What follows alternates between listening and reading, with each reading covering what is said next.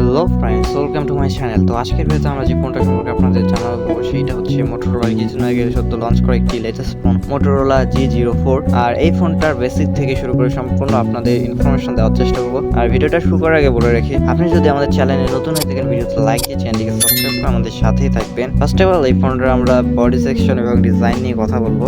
এই ফোনটার ডিজাইনের কথা বলতে গেলে এটা সিমিলার মানে নর্মাল ডিজাইনের সাথে আসছে, কারণ পিছনে একটি ক্যামেরা এবং একটি এলইডি প্লাস থাকছে এই ফোনটার। আর এই ফোনটার ওজন প্রায় 178 গ্রামের মতন। আর এই ফোনটার থিকনেসের কথা বলতে গেলে এটা 8 মিলিমিটার থিকনেস দেওয়া হচ্ছে এই ফোনটার। আর সামনে থাকছে এই ফোনটার গ্লাস ফ্রন্ট এবং প্লাস্টিক ফ্রেমের। এই ফোনটার ডিসপ্লে সেকশনের কথা বলতে গেলে এই ফোনটাতে ব্যবহার করেছে 6.56 ইঞ্চির আইপিএস এলসিডি ডিসপ্লে। ব্রাইটনেসের কথা বলতে গেলে এটার মধ্যে আপনি 537 নিটসের পিক ব্রাইটনেস পেয়ে যাচ্ছেন। আর তার সাথে এটার মধ্যে আপনি 90,000 রিফ্রেশ রেট এবং 720x1612 পিক্সেলের রেজুলেশন পেয়ে যাবেন। তো এই ডিসপ্লেটার ব্রাইটনেসটা একটু কম হয়, আপনার একটু সানলাইটে স্ট্রাগল করতে হবে, মানে আপনার সানলাইটে একটু সমস্যা হতে পারে দেখতে, কিন্তু আপনি যদি ইনডোরে দেখেন আপনার কোনো বেশি একটা সমস্যা হবে না। এটার মধ্যে আপনি ভালোভাবে ইনডোরে ভালো লাইটিং পেয়ে যাবেন। আর এই ডিসপ্লেটার মধ্যে আপনি 269 পিপি ডেনসিটি পেয়ে যাচ্ছেন। তো এবার আসা যাক এই ফোনটার পারফরমেন্সের দিকে। এই ফোনটার পারফরমেন্সের কথা বলতে গেলে এটার মধ্যে আপনি চিপসেট হিসেবে পেয়ে যাচ্ছেন ইউনিভার্সিটি টাইগার T606। এই চিপসেটটা আপনার রেগুলার ইউজিং এর জন্য অনেক ভালো কাজে আসবে, কিন্তু আপনার গেমিং এর ক্ষেত্রে ওটা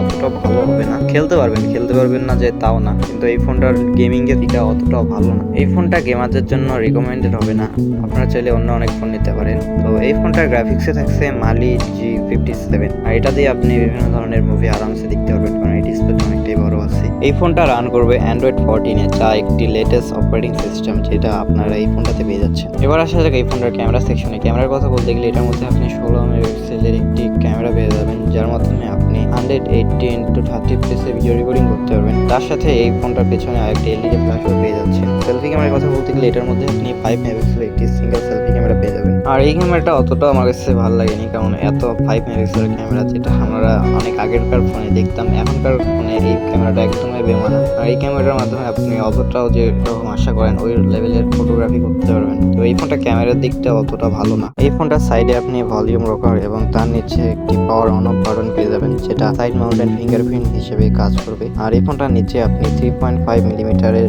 ফোন জ্যাকটাও পেয়ে যাচ্ছে। আর এই ফোনটার কিছু সেন্সরের কথা বলতে গেলে এটার মধ্যে আপনি অ্যাক্সেলোমিটার এবং প্রক্সিমিটি, তার সাথে তো ফিঙ্গারপ্রিন্ট সেন্সরটা থাকছে। আর এই ফোনটা কিছু কানেক্টিভিটির কথা বলতে গেলে এটার মধ্যে আপনি ওয়াইফাই, ব্লুটুথ 5.0, জিপিএস, এনএফসি এবং তার সাথে ইউএসবি টাইপ সি চার্জিং পোর্টও পেয়ে যাবেন, যেটা 2.0। এই ফোনটা লাইফ টাইমের কথা বলতে গেলে এটা আপনি প্রায় একদিনের মতন ইউজ করতে পারবেন বা তার বেশি ইউজ করতে পারবেন যদি আপনি নর্মাল ইউজ করেন। আর যদি আপনি হেভি ইউজার হয়ে থাকেন তাহলে একদিনের কম হলেও আপনি ব্যাকআপটা পেয়ে যাচ্ছেন। আর এটার মধ্যে আপনি ব্যাটারি পেয়ে যাবেন 5000 mAh lithium polymer non removable battery, যা 15 ওয়াটের চার্জার দ্বারা চার্জ করতে সক্ষম।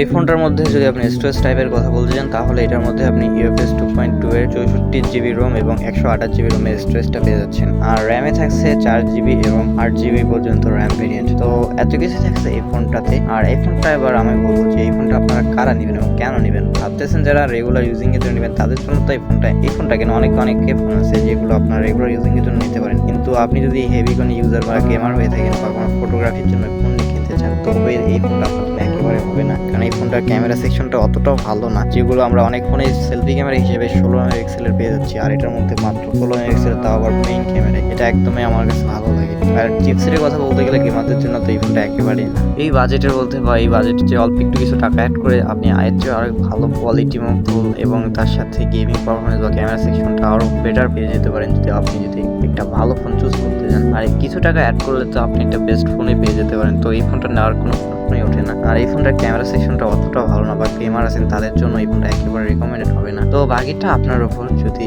নিতে মন যায় তো দেখতে পারেন যে কেমন হতে পারে আপনার জন্য। আর প্রাইসিং এর কথা বলতে গেলে আপনারা টাইটেল যেরকম দেখতে পাচ্ছেন মানে 15,000 টাকার মতো, তো এই 15,000 টাকায় এই ফোনটা আপনারা পেয়ে যাবেন। আর আজকের মতো ভিডিওটা এখানে শেষ করছি। এতক্ষণ ভিডিওটা দেখার জন্য ধন্যবাদ। আর আপনি যদি আমাদের চ্যানেলে নতুন হয়ে থাকেন ভিডিওতে লাইক দিয়ে চ্যানেলটিকে সাবস্ক্রাইব করে আমাদের সাথেই থাকবেন। দেখা হবে পরবর্তী অন্য কোনো ভিডিওতে।